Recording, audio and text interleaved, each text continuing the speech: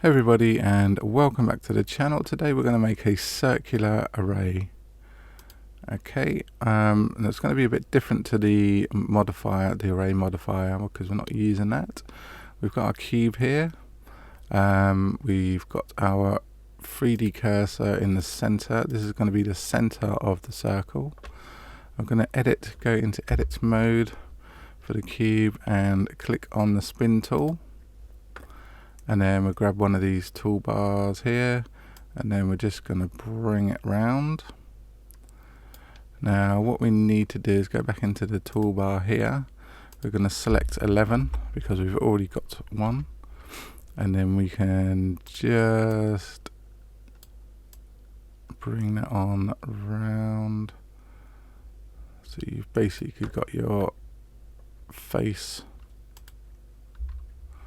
There we go, you've got your face, your circular array all done. Now what if you wanted to remove one of these? So you go into edit mode. So we want to do A to select all, because at the moment if you select one you select them all. Okay, so we want to go into edit, A to select everything, hit the P button by loose parts, and then once we go back into edit mode we can just select one. You're not selecting them all now, you can just select one by one and just approve it. There we go. There we go. So you've got them all as individual boxes.